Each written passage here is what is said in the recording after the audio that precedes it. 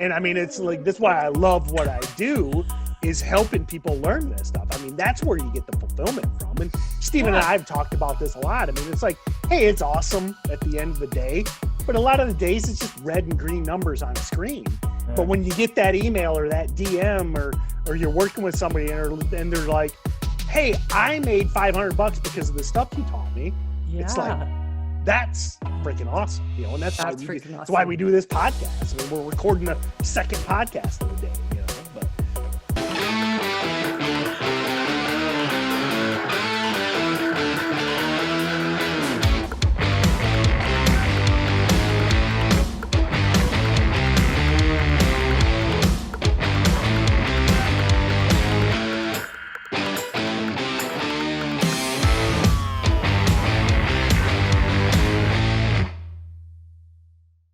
Baby. Welcome back to the SteadyTrade podcast, everyone. Back with Kim and Stephen, and interesting topic for today. So what we are doing, we actually just got done recording with JJ Gorilla, aka VWAP Trader 1 on Twitter, and you know, we decided to do this episode because the episode with JJ was a little over an hour. And I actually kind of ended it because at that point I had like four pages of questions, and I'm like, we either need to end this episode or it's going to be like 8 hours long. So what we decided to do, we're going to have JJ back, but we got a lot of questions and interesting discussion. So we're actually recapping that episode. So if you stumbled across this one first, definitely go back to the archive, and I would say stop this one right now and go back and listen to that episode with JJ, the VWAP Trader, Confessions of a Market Maker, etc. Check that one out, and then spoiler alert. This is the spoiler alert, right? Yes, that's exactly. You want them to watch that Very one. fair enough. Yeah. So stop here before we get a spoiler. Yeah. So welcome back, Kim. Welcome back, Stephen, and let's go. What do you guys think? So, well, I just was watching the shock unveil itself on Stephen's face, and I was like, okay, like I don't understand some of the nuance, obviously, he's talking about, but I believe. Don't feel bad. I mean, again, I like to always. I mean, I talk about this, you know, being in love with trading since elementary school, quote unquote student of the game, and about 60% went right over my head. I mean, I'm just like, whoa. I just know you and Stephen have notoriously spoke about that retail traders are up against, that you're trying to warn me about. And when I've listened to him now enough times where I'm like, he was the they, and these stories of the manipulation, I thought, well, hold on a minute. I think this is exactly what Stephen and Tim have been warning me about, and all our viewers. So let's have this guy talk about how it's going down. And I just saw, you know, both of your faces at times, and I was like, okay, this is definitely important for all of us to know about. But I just want to preface it by saying the markets are obviously rigged, right? Because if the markets were completely random, nobody would be able to make money by day trading, right? It has to be manipulated because good day traders profit from that manipulation. The fact that companies need to raise money, they need to push press releases, they need to then put the 424B5s out, dilute the stock. They need these days, they need the hedge funds to help them push the stock up to then get the dilution out, to then hammer it back down. It's a system that keeps the American markets running, and it keeps companies flowing. And so the markets are not random. Like, we know they're not random, and good day traders will profit from knowing the manipulation and seeing the cycle and how it works, and then seeing the caveats and the nuances to know when to be in and when to be out. But to hear it firsthand from an anecdotal point of view was shocking. See, and that was my point too. And, you know, again, it's like so many things, like, you know, it's like you hear about, you know, well, how the sausage gets made. That's the old saying. You know, it's like, hey, you get a sausage and you're like, it's great. but you don't know what's going on behind the scenes. And you don't want to know. You don't want to know. You don't want to know. I'll tell you, there were several times he's talking, and I'm like, am I going to get in trouble for having this conversation? I mean, no, go. Just when we finish the conversation, both Stephen and Tim were saying to me, Stephen, you said this. You said, I was afraid that the police were going to break into the middle of our conversation because it was so shocking to hear somebody be so honest and straight from the hip about what manipulations have gone down, do go down. But I don't want people to get scared, because it's like, we need these people in the market to profit. Like, we need them. Like, retailers need them. Like, and the way he was, because if this stuff wasn't happening, stocks would go up 1% or down 1%. You know, it would be chop. It would all be chop. Exactly. Yep. So I mean, like, good point. His interview was very much like taking advantage of the retailer and manipulating the retailer and just slamming out the stops, taking it back and re-pushing it back up. But the game is to learn what they are doing to profit. Like, that's the game. To see the nuances, see the tricks, see when a stock's soaking, see when they're soaking to push it, and just like watch for the times where they're just about to pull the plug. Because, like, so for example, like, we asked him for some kind of advice and he said hit him up, but there was no kind of clear this is what you do, because it's a gray area what he's describing. But I mean, Tim, I don't know if you can contribute, but like, say the chart, this is the candle hitting. When that thing is soaking, holding, then it drops, and then they pull it back up just as it should have fell through when it should have fell. Well, for whatever reason, it drops and then it comes back up. This is what he's talking about. This is they holding it. And you can guarantee in 5 minutes that thing's squeezing. It's these tricks. You know, and that was, you know, again, spoiler alert, you know, I feel like it's like Christmas. It's 3 weeks before Christmas, but I got like this amazing present. Thank you, Kim, by the way. It was my pleasure. I didn't want to wrap it up. I wanted you to get it early. You know, and that's that shift I talked about where, Stephen, like you said, I mean, for 8 years, I would short the biggest gainer of the day under VWAP into the afternoon. And 80% of them failed. 4 or 5 years ago, they did the same action and they ripped. And I kept getting smoked. I get smoked.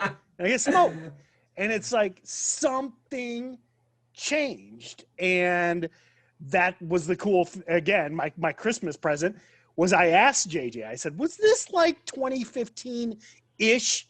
And he's like, yep. And I was then, you know, again, Merry Christmas to me. And it was like, because man, if you're a long time listener to the podcast, you've heard this story a million times. I finally got it validated by the owner of the sausage factory, you know, Exactly. like I kept saying, man, what's in this thing? And he finally came out and told me what was in it, you know. Exactly. But he did give us some specifics, Stephen. Like, he spoke about it's bonus month on Wall Street, December. So end of month, he talked about the time of year, the holidays, you know, Thanksgiving, Christmas, that it does sound like, and I think, you know, we talked about having him back on, but there does sound like there are certain specifics that you can at least be conscious of. And even what did he say at the end, just about never enter a trade when there isn't going to be float, right? Enough volume, exactly, yep. So, I think there's obviously ways to read into the filings, and there's ways to look at who owns parts of the stock by looking into the filings. And I think there's little tricks to look at the level too to see like when it's being manipulated and by who. But it's just on another level. It's on another level to what we see. All we can do is learn by, like, because all of these guys are doing the same thing, right? They're all doing the same tricks in the same way, because it's basically, how can you guess what all the retailers are going to do and then do the opposite so they'll all lose? So like, we all know kind of to a degree what they're doing, but it's just about it's about following the money. I remember we had a girl called Tanya on, right? Was it Tanya, the girl that we interviewed? It's about learning what the big guys are doing and following the money. Yeah. Yeah. What do you think was most shocking for both of you? Shocking, again, I hate to just kind of repeat that point, but it was just like, I guess it was shocking that, because this theory, and again, I've joked about it on the podcast a million times. I'd say Bigfoot, aliens were doing it. It was Alex Jones that was doing this, but I think that was the most shocking thing for me, was that validation that, and again, what JJ said was a lot of these junior, well, they're probably not even partners, but a lot of these traders that couldn't make it up through the realm, and they didn't get to partner, they got nice bonuses. They're in markets, and then they recognized so much more liquidity in the penny stock world, because I tell this story all the time. I mean, it used to be a million shares traded on like a $1 stock was like a big deal. I'm talking 27 to 2012 or 2007. Mm-hmm. It was like, hey, oh wow, hey, this thing's trading a million shares. And then so that volume changed and the price action changed. And again, I always said, I thought, back to that whole Wizard of Oz analogy where there was like these guys in the smoky back room. And I think that was the most shocking thing for me, was that he validated like that. And listen, if you got $10 million, that's nothing on Wall Street, to Paul Tudor Jones or Stevie Cohen or whoever. But in the penny stock world, you can make a lot happen with a couple $1 million. And that's what blew me away is that validation. So yeah. How about you, Stephen? Yeah, I just think it's a combination of things. Going back to Tim's point, I think that the penny stock market got a bit busier, and then the fact that the micro cap market got busier made Wall Street say, "Hang on a sec, this might now be liquid enough to just start dabbling with," and then now it's just boomed. Yeah, but, I think was it Latoya. Latoya, you were talking about. So it's Latoya, yeah. Latoya, who talked about follow the big money. Yeah, but the most shocking thing that he said to me, which kind of hit home, was when he was saying the sub pennies, they'll hold like 1 billion shares. And he was saying, we'll just hold 1 billion shares of a sub penny. And I've seen the trick so many times. In an offshore account. In an offshore account. But I see what they're doing though. Like I see them just let it fade, pre-market, let it fade. Then up 9, 23, 24, 25. It's just popping up 500,000 volume. Then 14 million comes through in the opening minute. And I'm like, how does a stock go from 0 interest to 1,000% interest, like in demand? And it's obviously they're just creating the next hot runner of the day, getting everyone to jump back on board, getting that supply up, and then just bagging them into it. What are you going to do different, Stephen, now with how you approach your trading because of what JJ had to say? Nothing. For me, it was all just confirmation. I think if you get to a stage of profitable trading, you've already learned what they're doing. You just didn't know the way. See, and I think that's exactly. And again, I'm putting words in Stephen's mouth, but I just want to make this point that I think, to me, when we were recording that, I think the reason what I saw happening in Stephen's brain was just like all these cogs fitting together, because he kind of knew this stuff, but then JJ's like.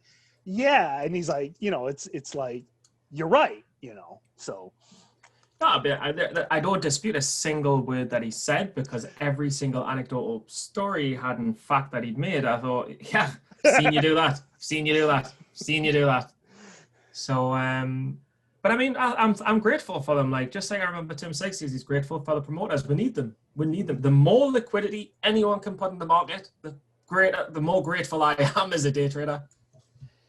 And again, like you said, I mean, if you had a great opening statement, it'd just be a stock would go up 1% today, it'd go down 1% tomorrow, it'd go up. You wouldn't get ears. You wouldn't get ears yesterday to today. Ears goes from $1 to $7 back to $3. You wouldn't get that. What do you think is the reason that this part isn't really talked about, guys. Like it sounds like he was saying he was surprised that nobody else. I mean, I get there's not that many people who probably leave the world and then decide they want to be a contribution to retail traders. But still, like, what do you think that behind the scenes sausage factory isn't talked about? My opinion is, I got 2 points. Is number one, if you're a kind of shady character, why share it? You know, it's like you got this money machine. Why would you tell anybody? Yeah. And then again, I'd like to get into more of JJ's bio. I don't know how he just so openly talks about this stuff. Right.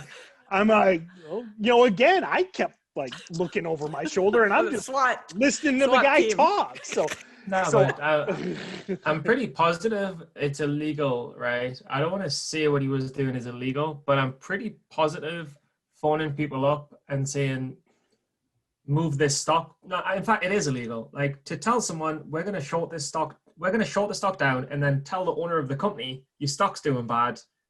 Would you like to sell it to us for this price, and we'll rip it up? That's totally illegal. So it's not talked about because it's totally illegal what he's saying. Right. Well, I didn't mean necessarily the depth of what he spoke about. I think I'm curious why the underbelly. Cares, no one cares. Okay. Do you think? I mean, ultimately, and I know this is me, and I liked your response because you know where I'm going. No one cares. I want to make some money, bro. Yeah. Hey, bro, I want to make bang, bro. I want a Ferrari, bro. But it seems to make so much sense. And that's what I think, I'm always looking for. Like, if something's happening in the world, there's something underneath that. And I want to know what that is, because knowing this is kind of superficial, I want to get to the foundation of the underneath. Listen, Steven, you said it yourself. Steven and I were like 2 kids, like looking up to Santa Claus, telling a story. But 99% of market participants, they probably shut that podcast off 30 seconds in. They don't care. I want a Ferrari, Yeah. And not a shitty 1982 Ferrari like I want, But this would help them get the Ferrari if they do the due diligence. I agree. And understand, like, knowing now that they go in packs, like, I would be, wouldn't you want to look behind and see, who's behind this potential? But it's so many layers, right? There's so many layers to profitable trading. So, like, first of all, you need to understand price action. Then you need to understand the variables that impact and make a market move. Then you need to know what weight to give to variables, like by sector, by news, by float, by daily. Like that in itself takes a couple of years to learn. And then you need to know how to trade the patterns properly. And then you need to know how to trade the patterns properly when they're being manipulated. So it's years to get there. Well said, Stephen. And I will back off from my jaded old man statement, and I will agree with Stephen. And the simple fact is that single digit percentages make it to year 4.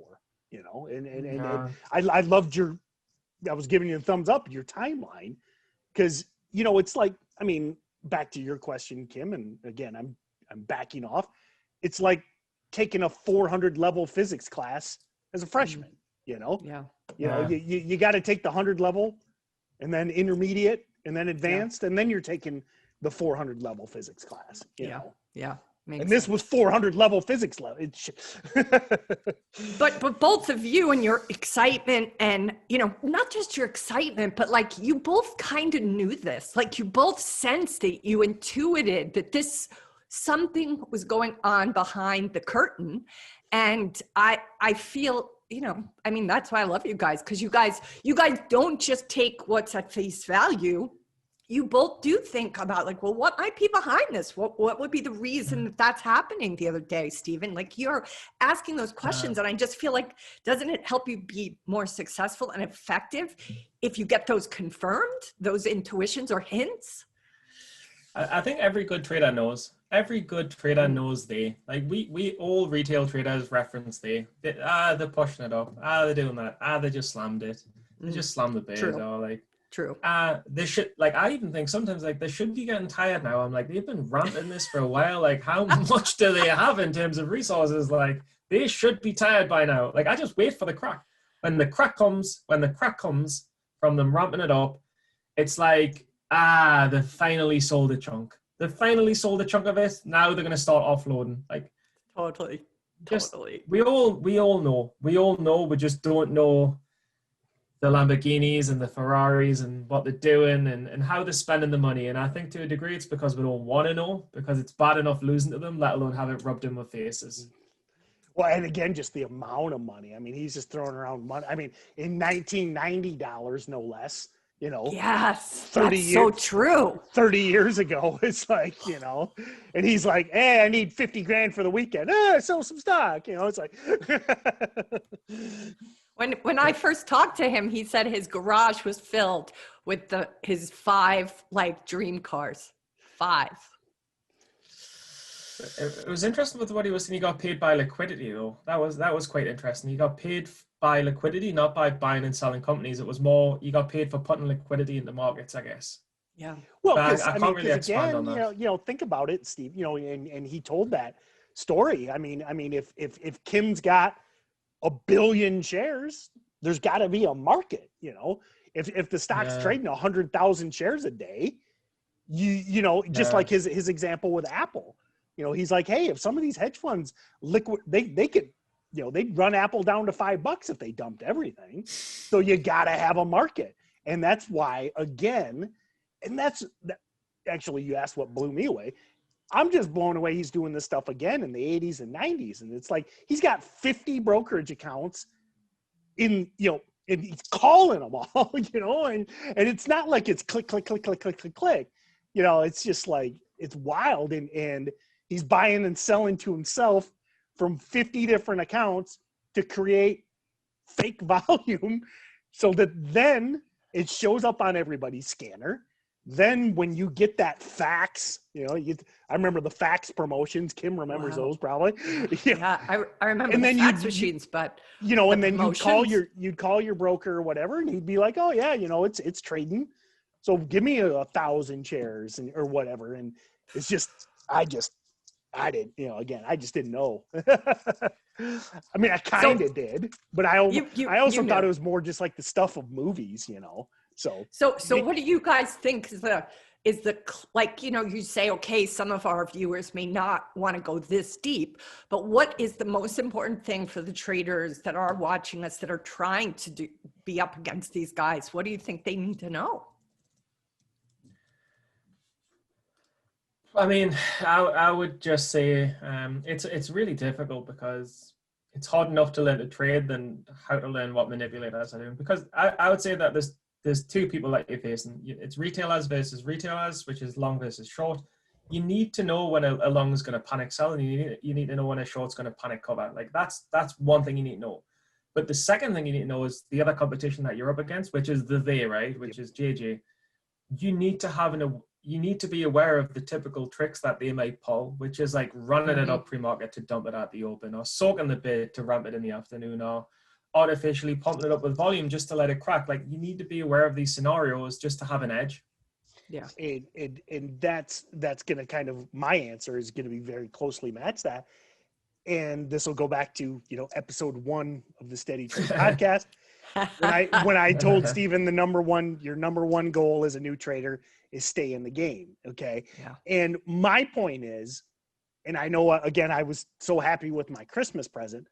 I'm not saying I was some sort of genius to figure this out in 2015. It's just, I was there every day from 2007. And by being there every day, I'm like, this shit used to work and it's not working anymore. Totally. And that seat time, you know, sitting here every day, not blowing up, you know, not taking crazy risks. Because if you take those crazy risks, now you're pissed off and you take 6 months off, and that's 6 months of experience. So that's my biggest thing is do what you can to stay in the game. And I don't care if you're making $20 or losing $20. If you're here and then all of a sudden, you know, years later, you're making the real money. It's just, that's the biggest thing in my opinion. So it's you're noticing. You can't notice this stuff Yeah. Unless you're here every day. Yeah. Or for sure. as many days as possible. Okay. I get it if you got a job, but you know, can you be here 4 days a week? Can you be here 3 days a week? You know? Yeah. Yeah. It's Steven made it work from fucking Dubai, you know? Exactly. Yeah, Very that was too many hours a day. I don't know, I didn't burn out doing that. That was too many hours a day. But if you love it, you'll get through it. Yeah. But it's just like, yeah, you just got to show up every day. I've lost the trail of thought. Was what I was going to say. But yeah, it's you like, if you love it, you'll find other people that love it as well, right? And between 3 of you, 4 of you, 5 of you, 6 of you, someone's going to start clicking and being like, what are they doing there? And you're all going to learn it together. Do you know what I mean? Yeah. Yeah. Even if you don't understand what's going into the sausage, you know that something is not right. And whether you understand the nuance or not, you've got to be at least cognizant of that. Okay, this is what happens when that happens. And regardless of whether it's manipulation or not, it's going to affect my efficacy. So I have to pay attention and not keep doing the same thing over and over again. Like you stopped in 2015 because you saw that it wasn't working anymore because you kept watching. Yeah, and at some point, I don't know, maybe next year, maybe next month, that I mean, in my opinion, that VWAP fail will come back, you know, and it's that same big gainer, chop sideways, breaks down late day, you know, and when that time comes, I'll be like, oh, it's back, you know, I'm going to change my approach back to that, you know, but I'll remember it because I saw it, you know. Yep. Yeah. And even you, Stephen, you talked about your keeping a photograph of all of the previous trades you've done, and that you can now lay that over a current trade and use that as a guide or a template for how you're going forward now with that particular trade that looks similar. Yeah, I mean, look, there's only so many ways that you can really manipulate a new trader, because that's what they're doing. They're just trying to take advantage of the new raw human emotions of a new trader, and they're trying to trick as many new traders as they can. And there's only so many ways you can do it. So like within about 5 or 6 years, you like learn the tricks, I think. And you're like, all right, they're doing that trick and they leave them that alone now. Now they've just started doing this trick and then they'll leave them that alone. It's just, it doesn't change, and there's not a whole new game to learn every time. There's just small changes. Once you get the gist of it, you can kind of get it. That's my take. Anyway.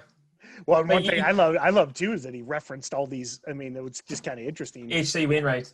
Yeah, well, number one, H.C. Wainwright. Yeah. Or just all these old books and stuff. It's just wild to think, you know. And that's another thing that kind of blew me away is he's like, you know, I just thought, you know, all this shenanigans, I kept thinking as like a computer thing, you know. That might, again, and I'm a technology nerd. Yeah. I just didn't see this. I thought this was like .com booming later, and here he's like, no, we were doing this shit in the 90s. And I'm like, man, and he's saying, oh, the guys were doing it in the 1890s. So exactly. Like, it's not the algorithm; it's the men behind the algorithm. Yeah, it's just a compute instead of 100 JJs on 6 phone lines. Exactly. It's just a computer sitting out in New Jersey doing the same shit. You know? Totally. One thing I will say is it sounded like a good life. Like JJ sounded like he had a very good life. Like it sounded like a very fun life. Well, it was good until it wasn't. It was good until it wasn't, until he is dead at 40 for 4 minutes. I mean, you know, he said his heart, his blood pressure. Write a story worth living, or live a story worth writing about, you know? I mean, he has some stories, and I'm sure he'll share that the next time he comes on. But, you know, that I think that reconciling that you have when you have experienced death or near death, you know, your priorities potentially shift. And you know, he shared this in that first conversation I had with him on a podcast. He said, you know, he had everything money could buy, but he wasn't happy. And he said, you know, and that informed probably some of the rest of his journey and why he does what he does now. But I think that tells us, like, because of what I've done for 14 years, I've talked to plenty of people who have all the money in the world, but that sense of equanimity, peace of mind, being able to sleep at night eludes them. And if that doesn't tell us that money doesn't bring that peace, you know, what will? It's like, you know. No, I mean,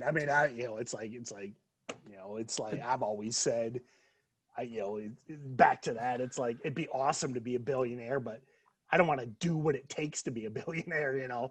Yes. But do you guys not think that, do you guys not think the best things in life are free, but the next best things in life are extremely expensive? Fair enough. Do you not think that? That's what I've always lived by. I never heard that. Yeah, no, it's true though. It's true. Well, yeah, I mean, it's like, I mean, yeah, I would love a $1 billion yacht, but how awesome is it to sit there by yourself? You know, what are you gonna do? Yeah. You're gonna watch Oprah on your $1 billion yacht by yourself? Woo, yeah. You know. Yeah. So, or question if you've got a wife or a husband or question kids or girlfriend, you know, whatever. Yeah. Or question that your wife or girlfriend or friends or kids love you, or they love you for your money. Like, you know, like it's. I think it's not to dissuade people from obtaining great wealth, but don't think that that's going to bring you that sense of deep satisfaction or worthiness. Like, it's a bonus, but it's not going to fundamentally make you feel I mean happy. ultimately that's why I'm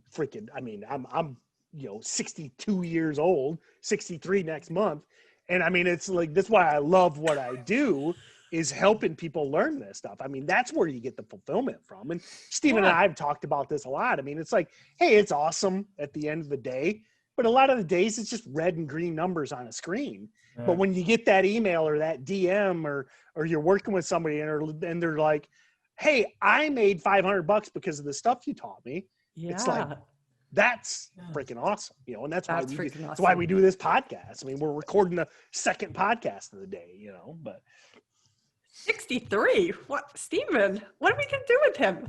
63 years old. I mean, I actually believed him for a few minutes. I was like, oh, you're 63, you are getting older, and your hair and stuff like that. You're old enough to know Magnum PI. Is that your Magnum PI hat, by the way? It is. Is it the original Magnum PI hat? Yep. So did you bid on? Yeah, I got it on eBay. Well, it's not like his, but this is the hat from the Tigers from 80 to 85. It's had this green bill. So you don't want to know. My wife. Can I ask a question that I do want to know? What's that? I want to know.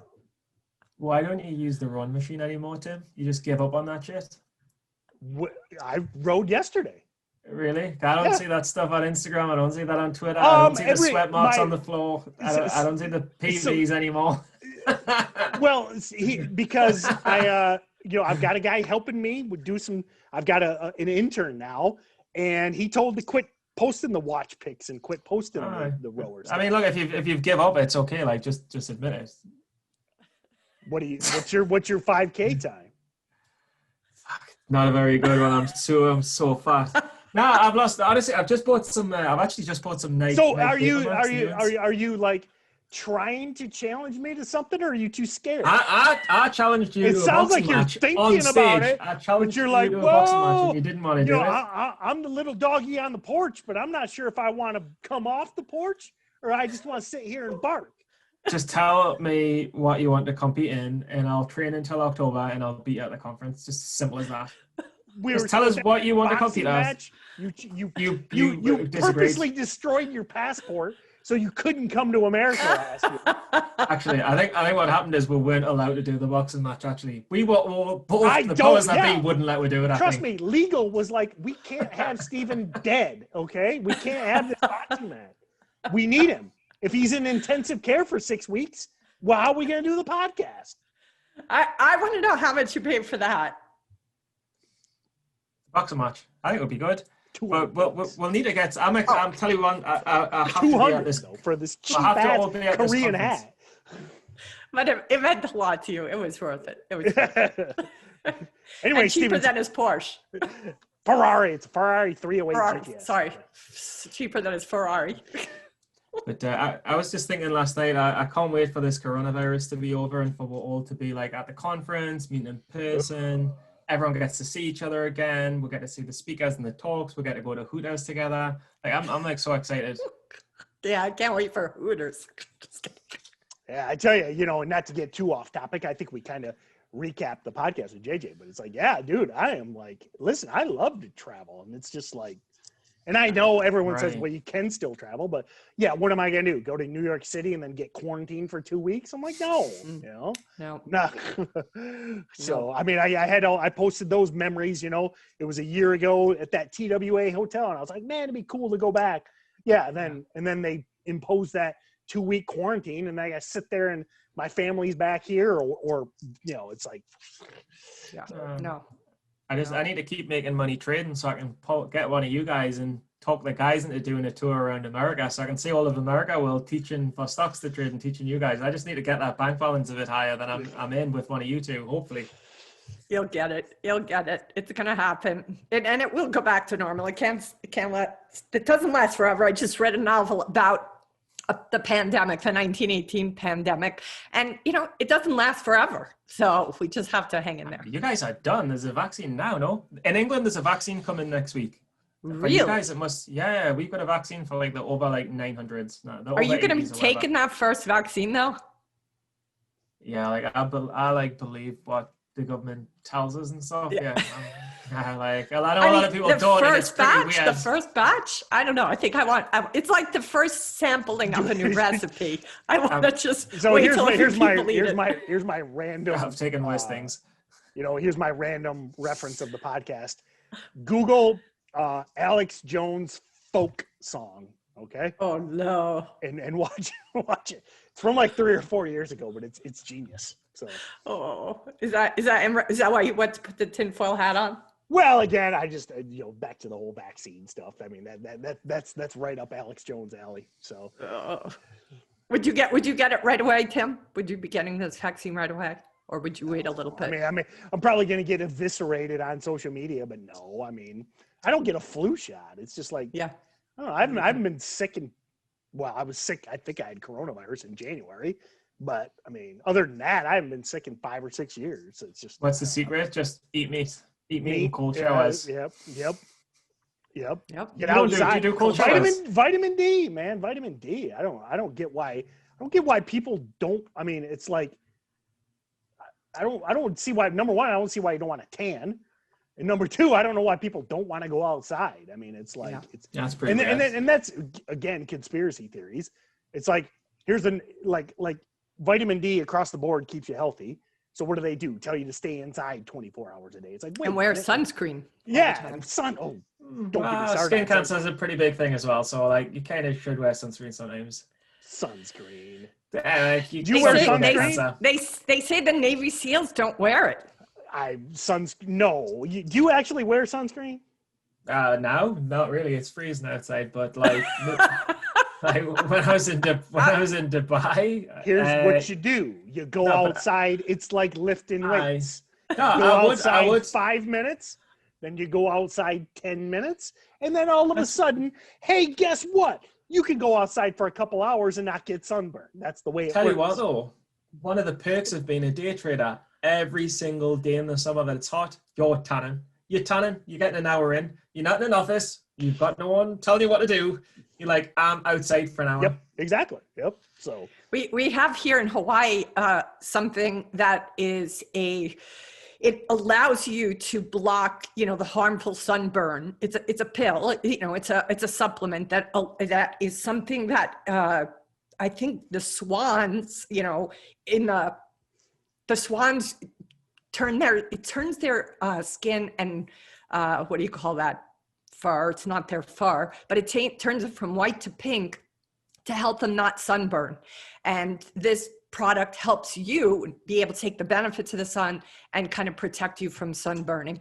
And it's also good for joints. Can I just eat a swan instead of taking the pill? I don't think you can. But I'll send you guys the information. But I've been taking that since I've been here. It does sound logical, but I don't. It's probably not around here in Hawaii. So, but it's like an algae. There's an algae, and that's what's inside of this supplement.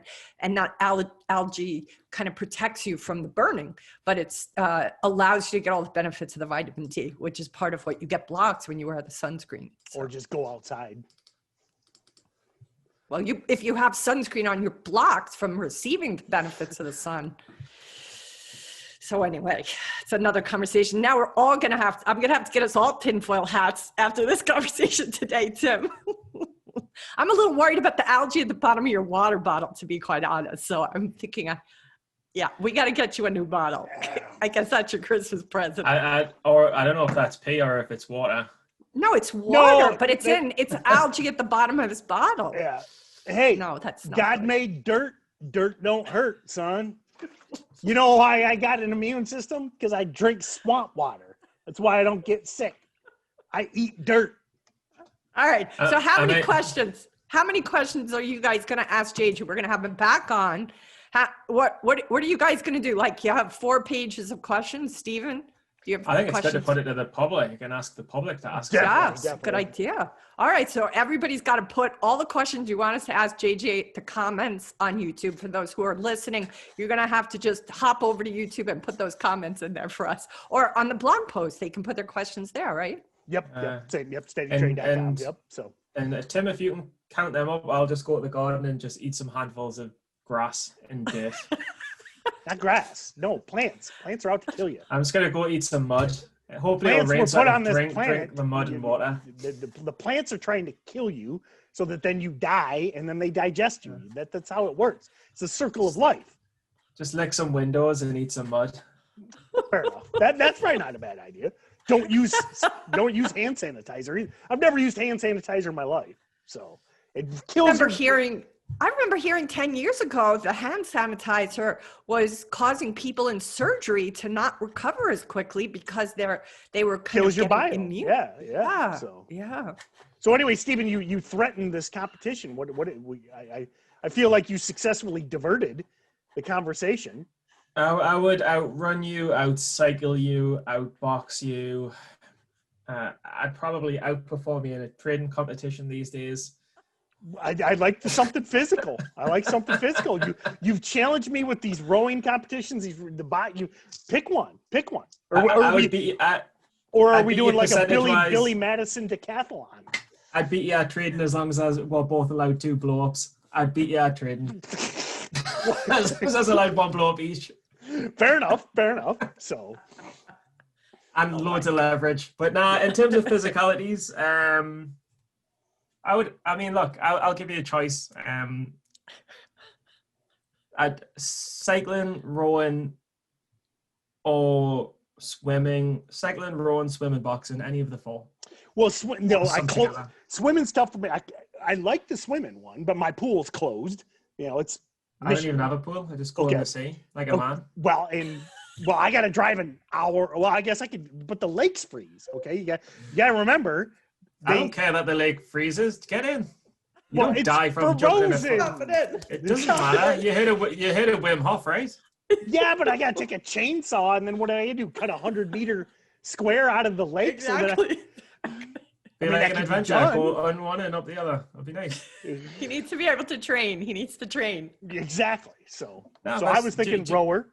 I think bike. I'm going to recommend bike. You guys should have a bicycling contest because you can have that here in Hawaii, like the Ironmen, right? Who come and compete. He's got his Peloton. You can still ride probably in England because it doesn't get that cold, does it? So what's the metric though? It's hard. Like with the rower, you can just do like 5K time. What's the or do you do 5K time on a bike? I don't know. What's the? I think rowing's cool. I'm cool with rowing. I'm happy to do that. And then so 5K time. October, you can just get 2 rowers. Yeah, like 5K, 30K. Like well, that Hyatt that 100K that we have the conference at in Orlando, they've got like 10 Concepts 2s there. So you'd know that if you were at the gym with me. So. And I'm an outrigger paddler, so I might be able to be in on this too. Fair enough. So 5K time, is that what we're doing? I think you're doing 5K because you know that you're best at it. So I'm just gonna mix it up and say 5K and 10K. How long does it take to do 10K? Because I've never been on a row before. 5K. I mean, I can do 5K just over 20 minutes. Yeah. So let's do a 5K time. Yep. That way it's not like Yeah, let's do 5K. But you've got to post the time so I know what I'm working towards. I'll just sign up to the gym tomorrow and stop why do I practicing. give you inside information? No, well, what's the date? What's the date? I need a benchmark. So what we're in now? February. This will just, December. I mean, look, all I do is trade. I don't have a December job 2nd. anymore. So I can just be full-time rower. The markets are 2 hours a day anyway. I'll just be a full-time rower. So what we've got now, 2nd of December. Oh, we've got January, February, March, April, May, June, July. Oh, geez, you're pushing this out 10 months? Wow, the conference. Oh, fair enough. Okay, all right. I mean, I thought this was like unless I blow up, I'm probably going to be there. Okay, fair enough. So, no, I didn't realize. I thought you were talking like some 60 or 90 day thing or something. So, I mean, look, I'm not against making this some sort of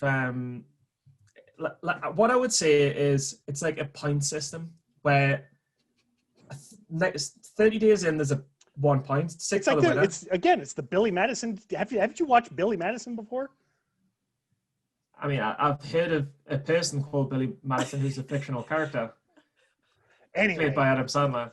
But hang on, just look, I'd say the main part is the conference, but there can be smaller competitions in the run-up. So it's like 1, 2, 3. So there's a 1 month in challenge, a 3 month in challenge, and then a conference challenge. So March, how about 3 months from now is the first challenge? Aye, so same March 1st. March 15th, the Ides of March. It's got a little drama to it. And then June 15th, and then you've got August, September, and then the conference is October. So you've got March, June, is the October. event going to change, or is it just always the rower? Could be like an Iron Man. I would just say let's just keep it to the row. I mean, but we can change it if you want. You can pick one, I can pick one, and we could do one at the conference. But I like the idea. Yeah, so maybe you pick the rower, I'll pick one, and then I don't know. Let's just do the rower for now. It's getting too complicated. Exactly. But there's forfeits, right?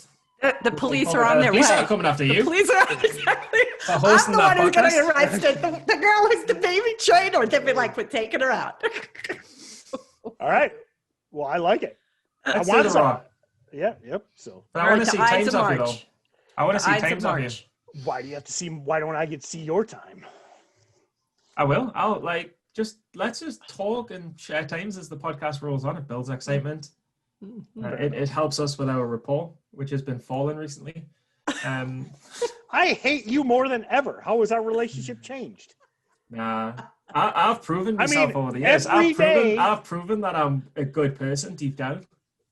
Fair enough. I've proven it. Right, 3 years ago at the start of the podcast. Oh, I liked you. I liked you. He I liked might be you a joke. start. He might be a joke, No, but he looks like he works hard. Might be a joke, but he looks like he works hard. Now he's pretty much a joke, but he is a dead hard worker. All right, so you're in too, Kim. You got a concept too? Yeah, I can definitely do the rowing. I mean, well, because I'm that way we got the same. We need the same metric. So obviously you can train with your rowing, but you'd want to get on the concept too, and then that way we're competing. Yeah. So yeah. And the great thing about it, it's 2020, so you get no handicap. I love it. Back in the olden days, here Steven's like 3 foot taller than you, outweighs you by 80 pounds, but you get no handicap. So I love it. I'm glad you're happy. Women's rights. I think you have women's rights a little bit to stop, but we'll save that for another podcast. and I will probably, I won't even request a handicap, but we'll see as we get closer. So yeah, you because you know what a concept 2 is, right? Mm-hmm. No, I don't. Oh no, I don't know what a concept 2 is. It's like, you could Google it, but it's like the standard indoor rower. It's one of the fan rowers. Okay. Pretty much like every hotel, almost every gym has one. Yeah, so. I'm pretty sure my gym has one because I used to. And it's got a PM5. It's a computer. Yes. So then that way we've got the same, and then set your fan on 5. So set your fan on the middle point. Okay. And then that way we're all comparing the same metrics that way. So you don't run that. I generally like to grind it out on 10, but you're more of a 5 guy. No, actually, but the way I understand it is it's not like higher is better. It's like is it not? I don't think so. I think lower is harder. Is it? Lower is lighter. It's less resistance. Yeah, I don't know. Higher resistance. It could be just the way the machine is set up, because I think the one I have rode on here in my gym is well, because it's got that little slider on the fan. But yeah, anyway. Okay, we'll find out. We'll make sure we're on the same page. Look, I'm ready. 9 months off alcohol, run every day. I'm totally ready. Beat Tim and Kim. Yep. I'm totally ready. Water all day, protein only diet. I'm ready. Kill some deer. I'm in. You're running out of time. We got to get you here in the next 28 days. I'm going to start looking out the window for some deer, and then I'm going to eat some mud. All right. I think we dragged on the randomness long enough. So thank you, everyone. If you're still here, why you're still here, I don't know. Because you should have. Glutton for punishment. You should have stopped this podcast 15 minutes ago. But if you are still here, definitely check out the episode with JJ. Pretty wild stuff. And then whether it be this post or the other post, definitely give us some comments, because we'll have him back, and really looking forward to that. And thank you, everyone. Again, we went a little off the rails, but Kim, Steven, and I love chatting. So hopefully it wasn't too annoying. We had good stuff at the beginning. So that being said, head over to the SteadyTrade podcast. Give us a review on iTunes. Give us a comment, good, bad, suggestions. And we look forward to seeing you in the next time.